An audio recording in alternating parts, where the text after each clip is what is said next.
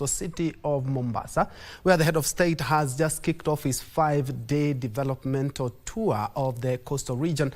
And he has just issued title deeds to hundreds of people to deal with the perennial issue of land ownership at the coast. Let's begin our live coverage right there.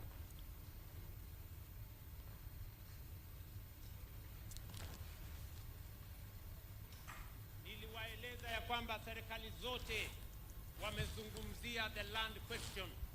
Mimi niliwaambia we have the land answer. Na leo hapa mimi nataka kuwaelezea watu wa pwani title deeds ambazo tumetoa kama serikali kwa miaka mitatu iliyopita. 1.5 million title deeds za pwani ni title deeds 1381. Leo hapa tunatoa title deeds 1033 kwa wananchi wa sehemu mbalimbali. Lakini ya muhimu zaidi, nataka mnisikize kwa makini, ni tatizo la absentee landlords, kwamba kuna wananchi wanaishi kwenye mashamba yenye watu wengine wako na hati miliki. Kuna watu wako na hati miliki, lakini mashamba haya yanaishi wananchi wa Kenya. Na hilo tatizo, that has been the biggest challenge on matters land in Coast Province.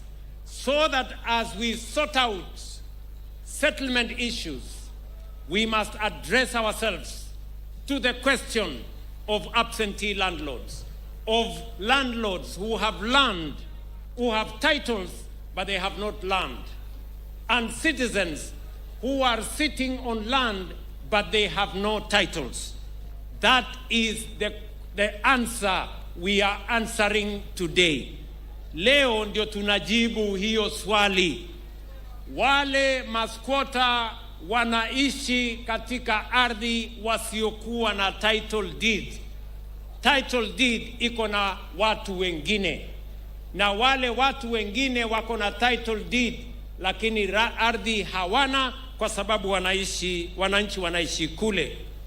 Na kwa sababu, nataka mnisikize kwa makini ndugu zangu, kwa sababu leo ni siku ya historia, mimi nataka kusoma taarifa yangu so that it is properly recorded, because it is a historic moment in this coast where we are finally solving the land question.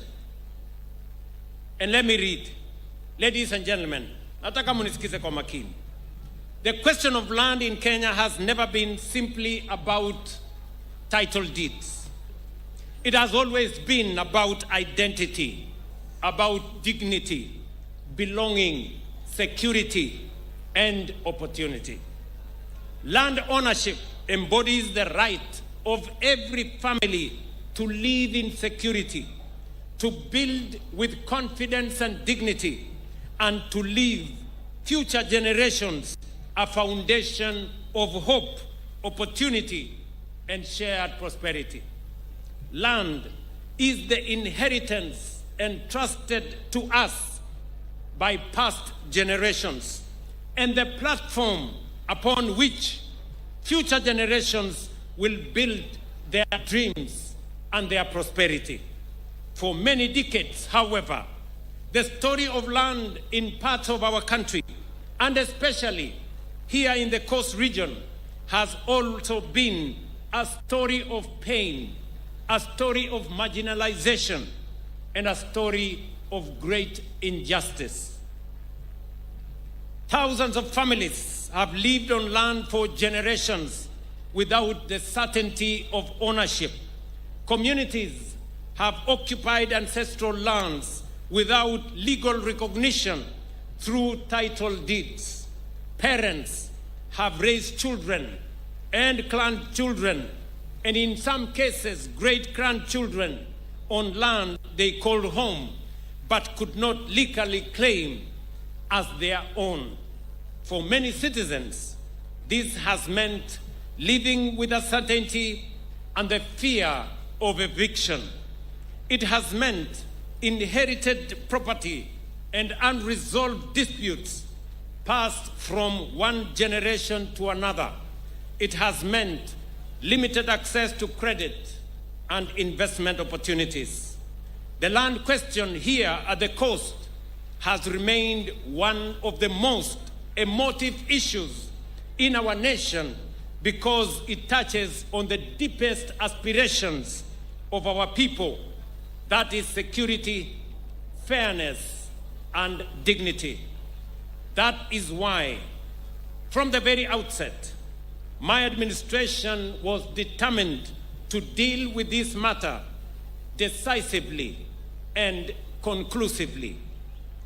When we came into office, we made a commitment that we would confront difficult issues honestly and decisively.